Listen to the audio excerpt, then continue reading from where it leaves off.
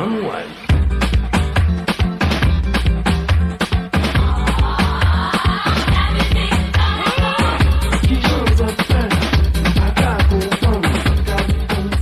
Bienvenue à tous, aujourd'hui nous sommes sur l'île de Guadeloupe pour un essai exceptionnel au volant de la nouvelle A3 Cabriolet TDI 105, donc une nouvelle génération de moteur que nous allons tenter de vous faire découvrir tout au long d'une balade.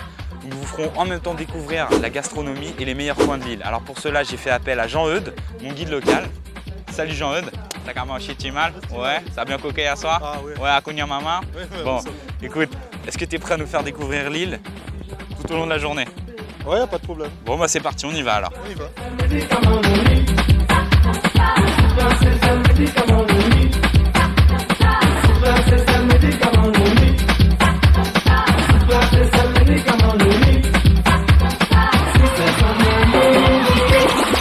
Alors nous avons fait le voyage jusqu'à la Guadeloupe pour tester non pas un véhicule mais une motorisation, une toute nouvelle génération, le TDI 105 chevaux, qui sera répandu prochainement sur l'ensemble du groupe Volkswagen. Donc aujourd'hui, cette version est associée au Stop and Start. Elle est éligible à un bonus de 700 € jusqu'à la fin de l'année. C'est un moteur économe avec une souplesse et une insonorisation assez travaillée. Malheureusement, au niveau de l'agrément, on y reste un peu sur notre fin au niveau du couple puisqu'il n'est pas disponible vraiment très tôt et ça c'est un petit peu dommage pour les dépassements mais aussi sur les deux premiers rapports. Donc ça c'est un petit peu dommage.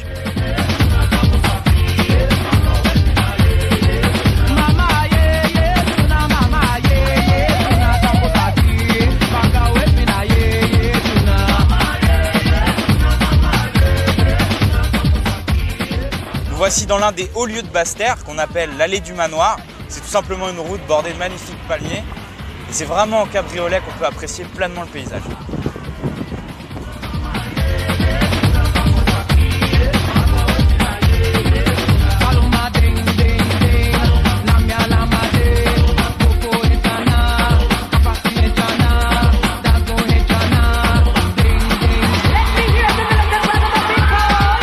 Alors nous voici sur la route qui mène aux chutes du Carbet. Donc on est bien content d'avoir ce petit moteur TDI 105, surtout dans les lacets, et on apprécie justement sa faible consommation parce que faut dire que quand on grimpe comme ça va très vite.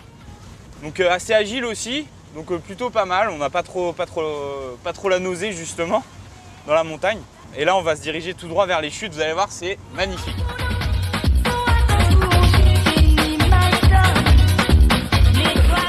Viens voir. Juste derrière moi, là, si tu regardes bien, on voit les chutes du Carbet.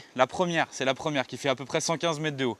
Alors elle a été découverte par Christophe Colomb et ses hommes quand ils cherchaient un peu d'eau potable. Donc si ma mémoire est bonne, c'est vers les 1492. Et voici la seconde chute du Carbet qui elle fait à peu près 40 cm. Ah, c'est sûr, ça en impose moins. Hein. Non, je déconne. Allez, on va voir l'autre.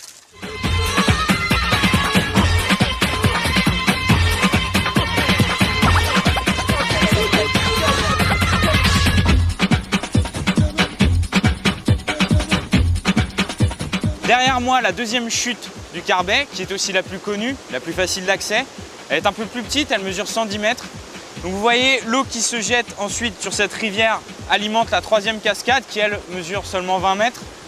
Donc cette rivière est peuplée d'une faune spécifique qu'on appelle des wassous. C'est un petit peu des grosses écrevisses et aussi des colroches, qui équivaut à peu près chez nous à des poissons ventouses.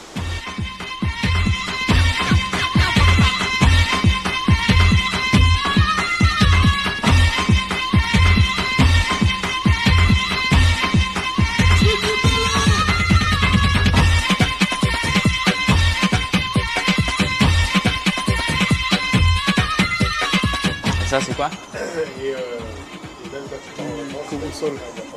Corosol. Je sais pas ce que c'est, un peu bizarre. Je vais goûter. Il y aura un petit peu du gras.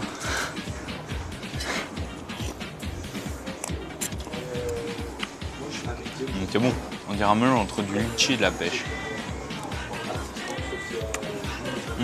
Très bon.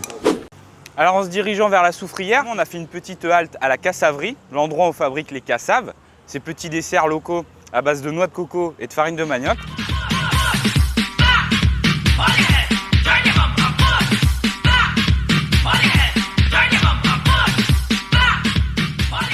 Maintenant au niveau des consommations, le bilan est plutôt favorable. Nous on a relevé à peu près 6 litres, ce qui est vraiment très honorable sur des routes de montagne partagées entre la ville et l'autoroute.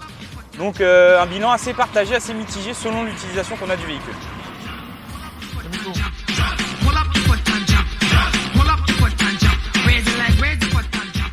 Alors aujourd'hui nous sommes à Sainte-Anne sur le marché, donc on va essayer de faire un petit tour, goûter les épices, voir ce qui se passe un petit peu au niveau des spécialités. Voilà, je vous emmène, suivez-moi.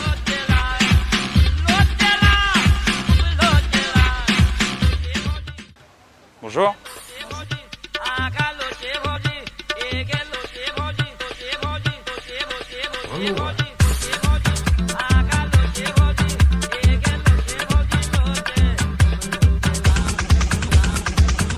Ça marche bien? Ben voilà le rhum d'amour que Sébastien, Alexandre, il va acheter un rhum d'amour. Alors le rhum d'amour, c'est du pois bandé macéré avec du gingembre, l'anis étoilé, la cannelle. Et on va mettre aussi un petit peu d'essence de vanille pour relever le goût. Tout ça bien macéré, ça donne un rhum aphrodisiaque. Ça c'est très bon pour la santé, pour les hommes, surtout pour se mettre en forme pour plus tard. Hein Dodo? Regarde un petit peu le rhum d'amour. J'ai plus d'excuses là, ça peut que marcher maintenant.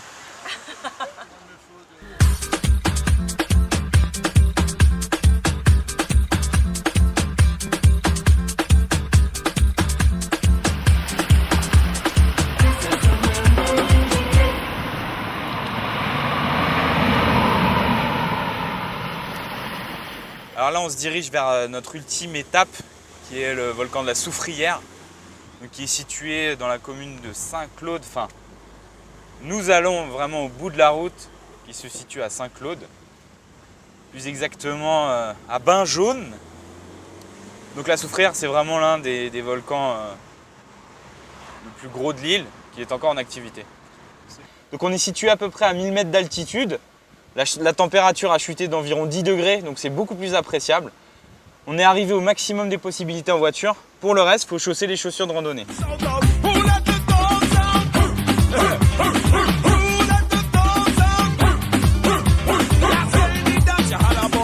Vous me retrouvez sur cette plage de la commune des Trois-Rivières, dont la particularité est d'avoir du sable fin noir, mais aussi d'être situé vraiment en face des Saintes, qu'on peut voir juste en face, qui sont deux îles, terre de haut et terre de bas.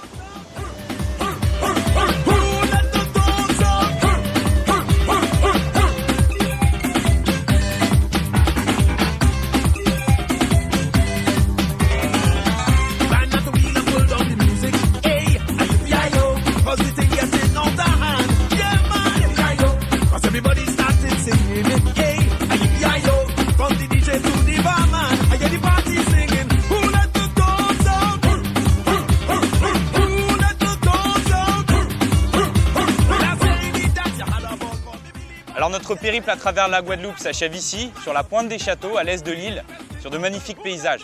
Donc j'espère que vous avez apprécié cette petite balade avec nous et je vous donne rendez-vous sur Caradisiac pour de prochains essais. Et comme on dit ici, à plus tard, Kébaret.